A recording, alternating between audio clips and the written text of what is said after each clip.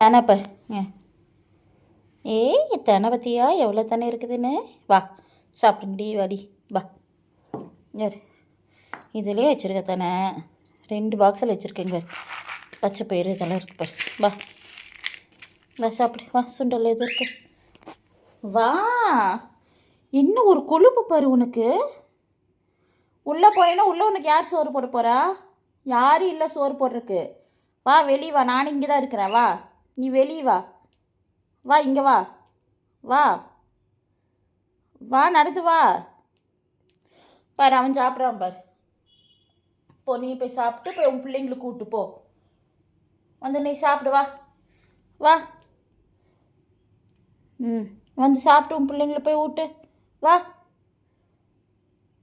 வா. அண்ணா நட போட்டுட்ருக்குற. போ போய் சாப்பிடு. எது வேணும்? சோளக்கிறது வேணுமா? சாப்பிடு. பாரு ஒரு புடிவாதான். சோறு தான் தின்பன்ட்டு இப்போ பக்கத்தில் உட்காந்து இது சாப்பிடு சொன்ன உடனே உட்காந்து சாப்பிடுதுங்க.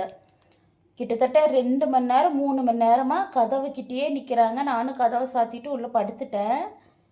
அங்கே தான் நிற்பேன்னு சொல்லி நின்றுக்கிட்டு கத்திட்டு இவங்களுக்கு சோறு போடுவேன்னு பார்த்துட்ருக்குதுங்க. இப்போ வந்து பக்கத்தில் உட்காந்த உடனேமே சோளக்கருது தேனேன்னு எல்லாம் திங்குது. எவ்வளோ பசியாக இருந்தாலும் நம்ம பக்கத்தில் வந்து உட்காரணும். என்ன கெட்ட பழக்கம் பழகிட்டு இருக்கிறீங்க? இது ஃபஸ்ட்டே சாப்பிட வேண்டியதானே? பயங்கர பிடிவாதக்காரிகளாக இருக்கா.